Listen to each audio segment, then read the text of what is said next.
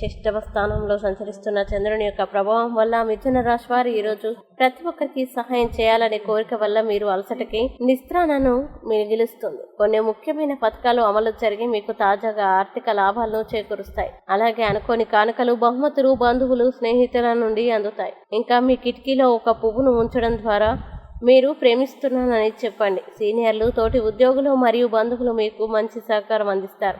అలాగే విహారయాత్ర సంతృప్తికరంగా ఉండగలదు. మీ జీవిత భాగస్వామి మీ నిజమైన ఏంజిల్. ఆ వాస్తవాన్ని మీరు ఈరోజు తెలుసుకుంటారు.